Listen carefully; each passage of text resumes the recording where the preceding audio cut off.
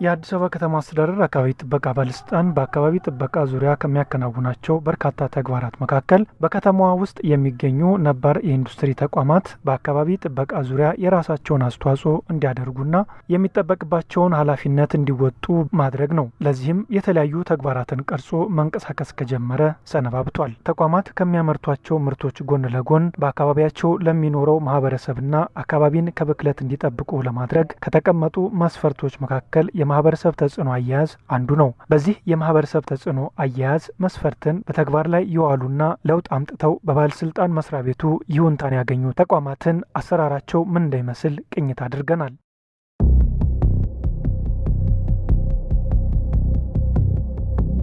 እዚህ ቦታ ላይ የምንሰራው የአሳ እርባታ ነው። እነኛ ሰዎች ዝርያቸው የርቢ ነው። ለምግብነት በ3 ወር ጊዜ ውስጥ የሚደርሱ ናቸው። ከአካባቢ ጥበቃ ጋር ውሃው ብክነት እንዳያገኝና ለአሳዎቹም ጠቀሜታ እንዲሰጥ ለድርጅቱም ጠቀሜታ እንዲያገኝ እንደገና ደግሞ ጥሩ አየር እዚህ አካባቢ ጥሩ አየር እንዲኖር ዛፎችን ዙሪያውን በመትከል ለአካባቢ ጥበቃ የበኩላችንን አስተዋጽኦ ያደረገን ነው። ግቢያችን ውስጥ ብዙ ዛፎች አሉ። በተለይ ወደ 461 አካባቢ የሚበሉ ዛፎች አሉ የተከልናቸው። ከዚህ ከምታዩቸው ዛፎች ውጪ እነኚህ ራሳቸው የሚበሉ ናቸው። ሰራተኛውም እዚሁ ጥሩ አየር እያገኘ ጥሩ እየተናፈሰ አካባቢውም ከጽዳት አኳያ በተገቢው መንገድ እንዲጠበቅ እያደረግን ያለነው። የተለያዩ አይነት ጎማዎችን እያመረተ የሀገርን ኢኮኖሚ በስፋት እየደገፈ ያለ ድርጅት ነው። ሲያመርት የአካባቢ ጥበቃን ታሳቢ ባደረገ መልኩ ማምረት እንዲችል ማኔጅመንት ሲስተም የአይሶ 14001 ኢንቫይሮንመንት ማኔጅመንት ሲስተምን ኢምፕሊመንት አድርጎ እየሰራ ያለ ድርጅት ነው። ከአካባቢ ጥበቃ አንጻር እንግዲህ የኢንቫይሮንመንታል አስፔክት የሚባሉትን ከመለየት ጀምረን ለነሱ የሚሆን የሚቲጌሽን ፕላን ተዘጋጅቶ ዋን ባይ ዋን እነሱን አድሬስ የማድረግ እንዲሁም ደግሞ ቀጣይነት እንዲኖራቸው ቀጣይ የሆኑ ስራዎችን እየሰራን የማዝለቅ ስራ ለመስራት ጥረት ተደርጓል። ስለዚህ ስናመርት አካባቢን ወይንም ደግሞ ኢንቫይሮንመንትን ታሳቢ ባደረገ መልኩ ማምረት አለብን የሚል ኮሚትመንት ነው ያለ።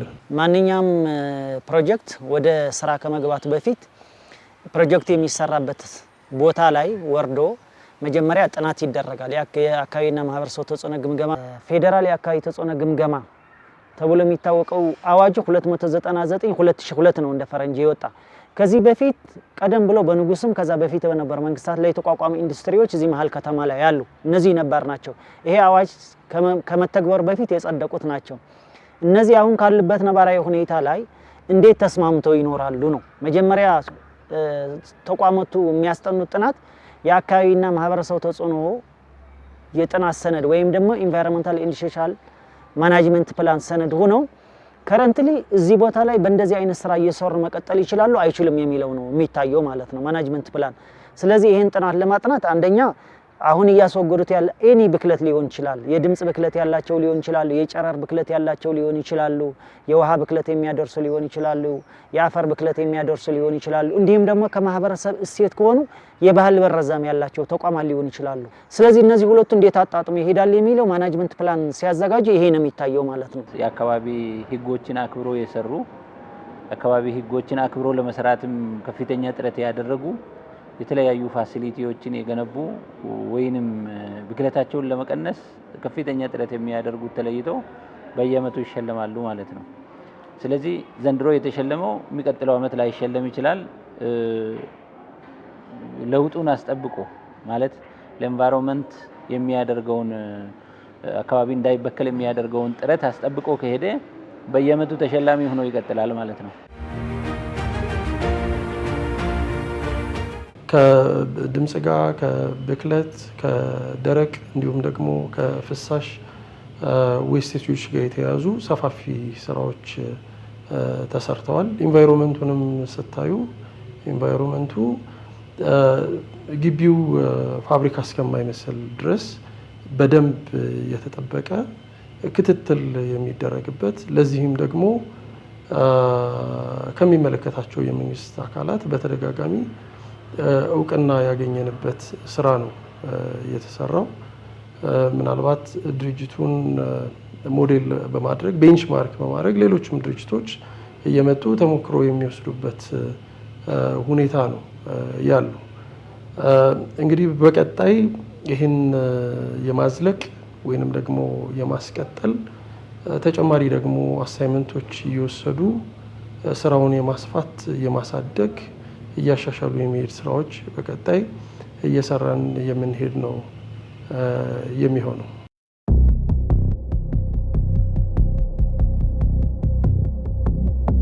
ድርጅቱ ከወን የአካባቢ ብክለት እንዳይኖር ከፍተኛውን ትኩረት ሰጥቶ የሚሰራ ነው ማለት ነው። ከአካባቢ ጥበቃ አንጻር የተለያዩ ሪኮግኒሽኖች ያገኘም ድርጅት ነው። በአካባቢ ላይ ያለው ተጽዕኖ ለመቀነስ በሚያደርገው ጥረት ማለት ነው። ይህንን በምንሰራበት ሂደት ከአካባቢ ጥበቃ ጋር አብረን ነው የምንሰራው። አካባቢ ጥበቃ በየጊዜው ኮንትሮል ያደርጋሉ፣ የምንሰራውን ነገር ቼክ ያደርጋሉ። እኛም ደግሞ እንደ ድርጅት አካባቢ ጥበቃ ካስቀመጣቸው መስፈርቶች ከዛ በተሻለ መልኩ ለመንቀሳቀስ ከፍተኛ ጥረት የምናደርግ ነው የሚሆነው። እንደ ቆዳ ፋብሪካ 3 አይነት የአካባቢ ላይ ተጽዕኖ ሊያሳድሩ የብክለት አይነቶች አሉ ሊያወጣ የሚችለው። የመጀመሪያው የውሃ ፍሳሽ ነው። ሁለተኛው የሶሊድ ዌስት የምንለው ነው። ሶስተኛው ደግሞ ጋዚየስ የምንለው ነው። እና እነዚህ በተለይ ጋዚየስ እና ሶሊዱ ላይ የፊውል የምንጠቀምበት የነበረውን ወደ ኤሌክትሪካል ድራየር እንደዚህ በመቀየር በጋዚየስ ኢሚሽን በኩል ያለንን እንትን በከፍተኛ ሁኔታ ቀንሰን ያለ ነው። ከደረቅ ምርት ጋር በተያያዘ ደረቅ ቆሻሻ ጋር በተያያዘ የሶሊድ ዌስት የምንለው ማለት ነው። እነዛንም አብዛኞቹን መልሶ መጠቀም በሚያስችል ሁኔታ ወይንም ደግሞ ለሌላ ዩዜብል ፕሮዳክት መቀየር በሚያስችል ደረጃ እየሰራናቸው እንደዛ እያደረግን ያለ ነው። ያ ደግሞ አካባቢ ላይ ሊደርስ የሚችል የነበረውን ብክነት ኦር ጉዳት በከፍተኛ ደረጃ እየቀነሰ ይገኛል። እዚህ ከተማ ላይ በፊት የነበሩ ትልልቅ ቆዳ ፋብሪካዎች መሀል ከተማ ላይ አሉ። እነዛ ቆዳ ፋብሪካዎች በፊት ምንም አይነት ኬሚካል አይጠቀሙም። 11 ሰዓት ወይ 12 ሰዓት ሲሆን ወደ ወንዝ ነው የሚለቁት። ይሄ ከተማ ሙሉ ለሙሉ ከ11 ሰዓት በኋላ እስከ ማታ 3 ሰዓት ያለው ሲገማ ነበር የሚያድረው። አሁን እነዚህ ፕሮጀክቶች ወይም ደግሞ እነዚህ የቆዳ ፋብሪካዎች በዚህ መቀጠል ስለማይችሉ ኦዲት አሰርተው ምን ማድረግ እንዳለባቸው ስለተገነዘበ አሁን አንደኛው ሽታ የሌለው ነገር ነው የሚለቁት። ሁለተኛ ከአንደኛ እስከ 3ኛ ትሪትመንት ፕላን እንዲሰሩ ተደርጓል። መልሶ መገንባት የነበረባቸው እንዲገነቡ ተደርጓል። በፊት ያልነበራቸው ዘመናዊ ማሽን እንዲያስገቡ ተደርጓል። የነሱ ዌስቴጅ ለሌላው ጥሬ ዕቃ ሆኖ እንዲያገለግል ተደርጎ ይሄ የሆነ ምንድነው ባሉበት ሁኔታ ላይ መቀጠል ስለማይችሉ ጊዜውን ስለማይፈቅድላቸው ማለት ነው። ስለዚህ እንደዚህ አድርገን እንዲቀጥሉ የምናደርጋቸው አሉ። ይሄ ሽልማት ጥናትን መሰረት ያደረገ ስራዎችን የሰሩ ተቋማት ናቸው የሚሸለሙ። የአካባቢና ማህበረሰብ ተጽዕኖ ግምገማ የሚባል ጥናት አለ።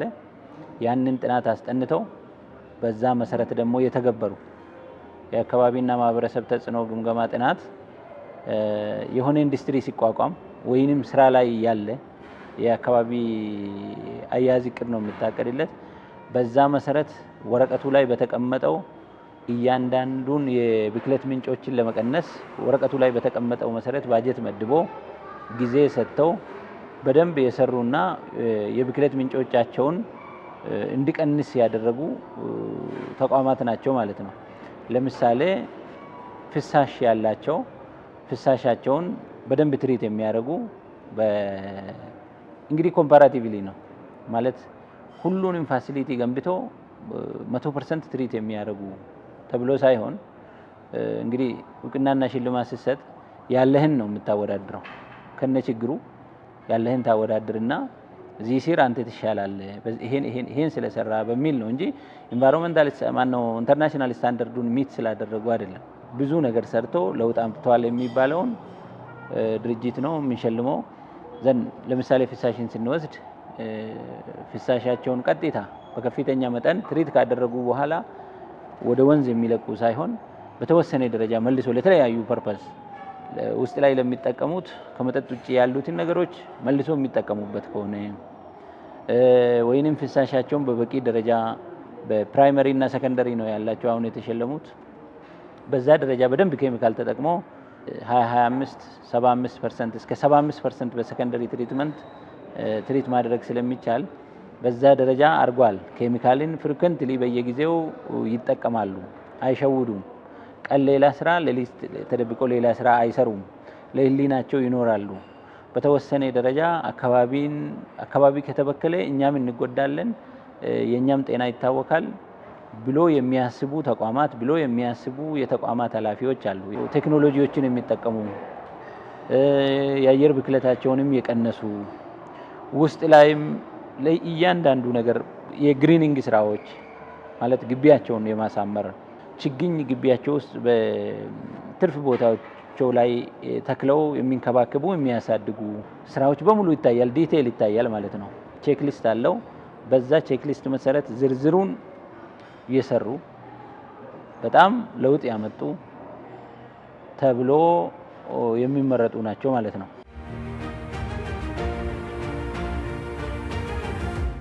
ኢንቫይሮንመንታል ኤንድ ሶሻል ኢምፓክት አሰስመንት የሚባል አሰርተን ነው ይሁንታ አግኝተን ወደዚህ የገባ ነው።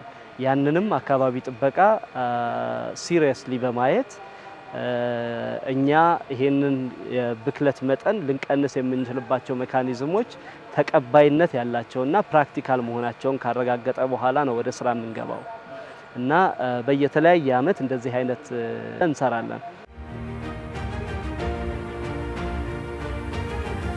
ለሃውስሆልድ ወይ ደግሞ ቤት ውስጥ ለምንጠቀመው እቃዎችንና ኢንዱስትሪያል ውስጥ የምንጠቀመው ፕሮዳክቶች ወይ ደግሞ ግብአቶችን እያመረትን ለከስተመሮቻችን እያቀረብን እንገኛለን። ከአካባቢ ጥበቃ ወይ ደግሞ ኢንቫይሮንመንታል ፕሮቴክሽን ጋር የተገናኘ ላይ ሀገሪቷ ባለው ነገር ላይ እንዳለ ሆኖ እኛም ድርጅታችን አካባቢውን ለመጠበቅ እንደ ሀገሪቱም እኛም ደግሞ ኃላፊነት እንዳለን ድርጅት አካባቢውን እየጠበቅን ነው። ከአካባቢ ጥበቃ ጋር የተገናኘ እንደምታዩት ግሪን ፕላንቴሽን ወይ ደግሞ ግሪን ሌጋሲ የምንለውን ነገር እየተከተልን አካባቢውን የሚበክሉትን ነገሮችን እየተቆጣጠርን እንገኛለን። ወደ ፕሮሰስ ውስጥ ያሉትን ነገሮች ደግሞ የምንጠቀመው ጥሬ እቃዎች ከውጭ ነው የምናስመጣቸው። ሀገር ውስጥ የምንጠቀመው ነገሮች አሉና እነዛን ነገር ደግሞ መልሰን የምንጠቀምበት ወይ ደግሞ ሪሳይክል አድርገን የምንጠቀምበት ሁኔታዎች አሉ። 3R+1R የሚባል ሜተድ እንጠቀማለን። ይሄ ማለት ምን ማለት ነው? ሪዩዝ፣ ሪሳይክል፣ ሪቲንክ እና ሪዲዩስ የምንለው ሜተድ እንጠቀማለን። ስለዚህ አሁን ፕሮሰስ ውስጥ ደግሞ ፕሮዳክሽን ላይ የሚፈጠሩት እንትኖች ምንድነው የምናደርገው? መፍጫ ማሽን አለን እና ሪሳይክል እናደርጋለን። እነዛ ሪሳይክል የሆኑ ደግሞ እንደ ጥሬ እቃ ግብአት ያገለግላሉ ማለት ነው እና በተጨማሪው የምንጠቀመው ኤሌክትሪሲቲም ወተር ድሬኔጅም አካባቢውን በማይበክል ሁኔታ እየጠበቅን እንገኛለን ማለት ነው። When you say environment, like to me, three major things comes into my mind. Number one is the land, our mother earth. ስለ አካባቢ ሲታሰብ ወደ እኔ አእምሮ የሚመጡት ሶስት መሰረታዊ ጉዳዮች ናቸው። የመጀመሪያው መሬት፣ ሁለተኛው ውሃና የውሃ ጥራት፣ ሶስተኛው ደግሞ አየር ነው። ስለዚህ እንዴት አድርገን እንጠብቃቸው? ማንኛውንም የሚበክሉ ቁሶችን ባለመጠቀም ነው። ለምሳሌ አሲድ የምንጠቀም ከሆነ አሲዱን አለመድፋት፣ ማንኛውንም ኬሚካል በቀጥታ መሬትና ውሃ ላይ አለማድረግ። ይህ የሚሆን ከሆነ የአየር ጥራት ይቀየራል። እነዚህ ቅኝት ያደረግንባቸው ነባር ተቋማት ከዚህ በፊት ከአካባቢው ማህበረሰብ ይነሳባቸው የነበሩ ቅሬታዎችን መፍታት የቻሉበት እንደሆነም ነግረውናል። እንደ ድርጅት ሴፍቲ ኤንድ ሄልዝንም ጭምር ኢምፕሊመንት አድርገናል። የነዚህ ሁሉ ድምር ውጤት ድርጅቱን በላቀ ደረጃ ተወዳዳሪ ወይንም ደግሞ ተፎካካሪ እንዲሆን እውቅናዎችንም እንዲያገኝ አስችሎታል። ስለዚህ ሌሎች ተመሳሳይ ድርጅቶች ሸጠው ከማትረፍ በዘለለ ኃላፊነት መውሰድ መቻል አለባቸው። ኢንቫይሮንመንታቸውን ከመጠበቅ አንጻር ኢንቫይሮንመንታቸውን ሲጠብቁ የአካባቢውን ማህበረሰብ ይጠብቃሉ፣ ሀገርን መጠበቅ ይችላሉ፣ ዓለምን መጠበቅ የምንችልበት ሁኔታ ነው ያለው። ስለዚህ ኢኳሊ ኢንቫይሮንመንታችን አቴንሽን ማግኘት መቻል አለ። ኢንቫይሮንመንቱ ሲጠበቅ ነው የምንፈልገውን ስራ ሰርተን የምንፈልገውን ነገር ማግኘት የምንችለው። We have a team on monitoring all these things. We maintain records, so they will go check if there is any difference in our policy and in maintaining. በእኛ ተቋም እንደ ቡድን አካባቢውን ለመጠበቅ ከተቋሙ ፖሊሲም አንጻር እርምጃ እንወስዳለን። እኔ እንደ ጀነራል ማናጀር ቅድሚያ ለአካባቢ እሰጣለሁ። ምክንያቱም አካባቢው የሚጠበቅ ከሆነ ሰራተኞችም ደስተኛ፣ ጤነኛ ይሆናሉ፣ የተሻለ ውጤት ለማምጣትም ይነሳሳሉ። ደስተኛ ህዝብ ደስተኛ ምላሽ ይሰጣል። አብዛኛው ህዝብ ለአካባቢው ጥበቃ የሚወጣውን ገንዘብ ብክነት ነው ይላል። ነገር ግን ብክነት ሳይሆን ኢንቨስትመንት ነው። ሰዎች የሚደሰቱ ከሆነ 10 በመቶ ተጨማሪ ይሰራሉ። የተቋማት ሞዴል ናቸው ያልናቸው አንደኛው ሴፍ የሆነ ኢንዱስትሪ መንደር መስርተዋል ብለን ነው የምናስበው። እንዴት ነው ኢንዱስትሪዎችን ሴፍ ናቸው ስንል የድምጽ ማንኛውም አደጋ የመከላከል ስራ ሰርተዋል። አደጋ ምንድነው? በአካባቢ ላይ አደጋ እንዳያደርሱ በአፈር፣ በውሃ፣ በአየር እና በሰው አደጋ የማይደርስበት መንገድ በተሻለ መጠን ካይዘኖቹን ተግብረው ወይም ደግሞ ዘመናዊ ኢንዱስትሪ ሊተገበረው የሚችለው ኢንተግሬትድ የሆነ ማኔጅመንት ሲስተም ዘርግተዋል። በዚህ መሰረት ባለፈው ዓመት ባደረግነው ዳሰሳ ጥናት መሰረት እውቅና ሰጥተናቸዋል።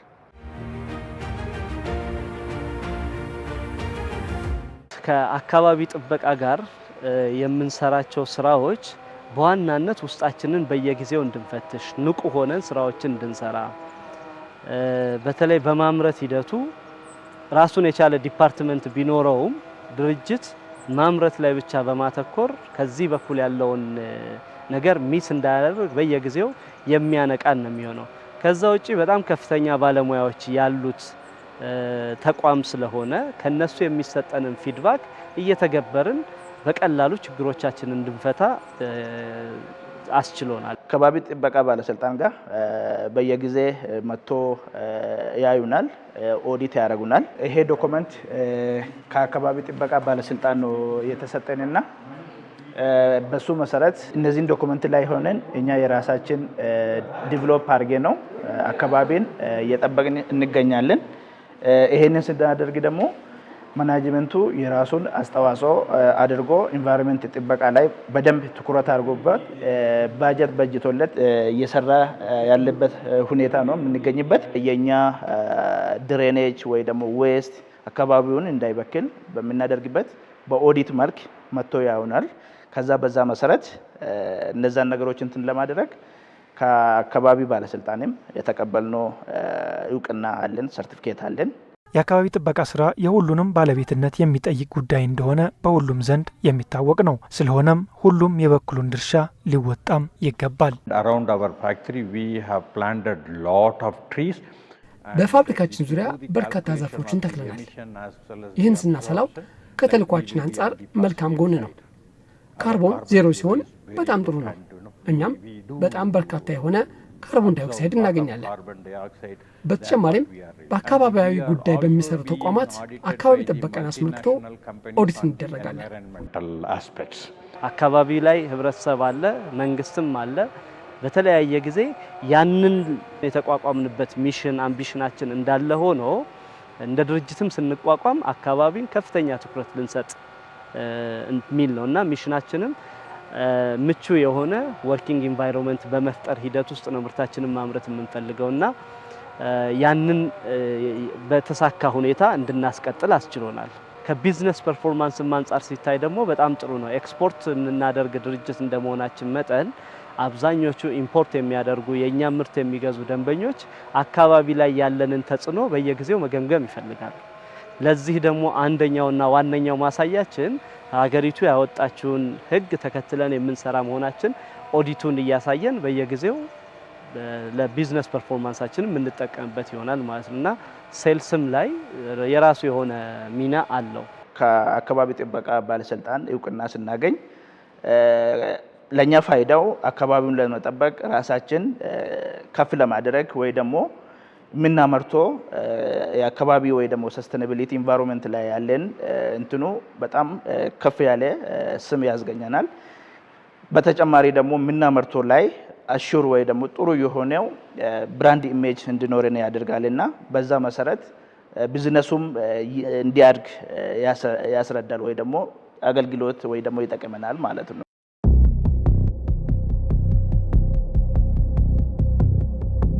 አንዳንዶቹ ከመነሻው ጀምሮ አመሰራረታቸው ከወንዝ ዳር ስለሆነ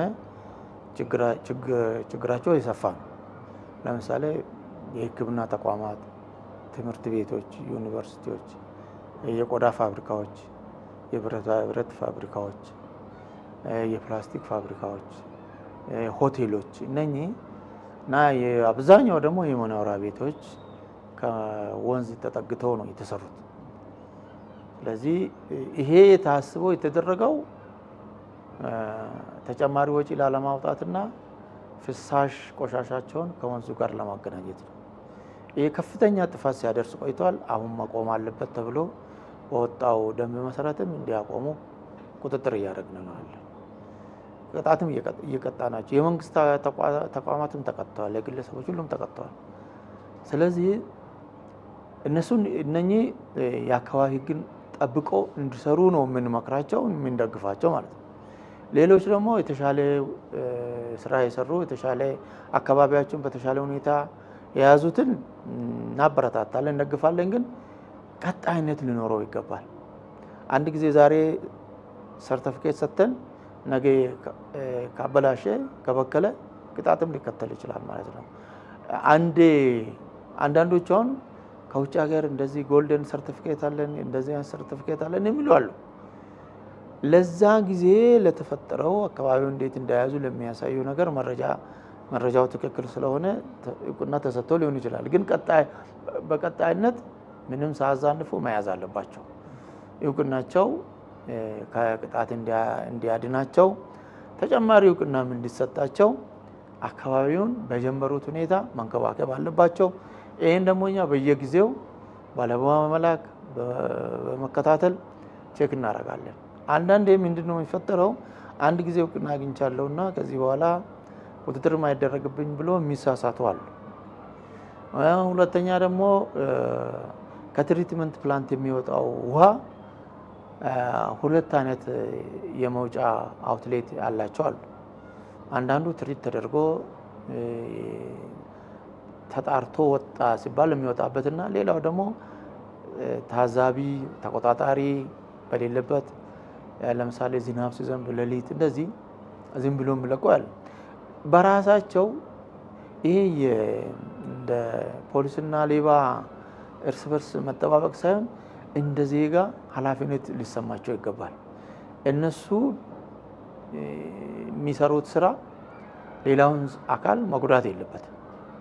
የሞራል ግዴታም የሰብአዊ ኃላፊነትም ሊሰማቸው ይገባል። ህግ ብቻ አይደለም። ህግ አስከባሪው ባየበት ጊዜ ሊቀጣ ይችላል። ግን አንዳንዴ ሰዎች አያዩኝም በዚህን ጊዜ ተቆጣጣሪ የለም ብለው ጥፋት የሚሰሩ አካላትም የሞራል ተጠያቂነት አለባቸው። ስለዚህ ይሄንን ተገንዝበው ዞሮ ሁላችንም ስለሆነ ከአካባቢ ጉዳት የምንጎዳው እነሱም ጥንቃቄ ማድረግ አለባቸው። በዛ መሰረት ሙሉ በሙሉ የአካባቢ ግን አክብሮ ለሚሰሩት እውቅና እየሰጠን እያበረታታን እንሄዳለን ማለት ነው።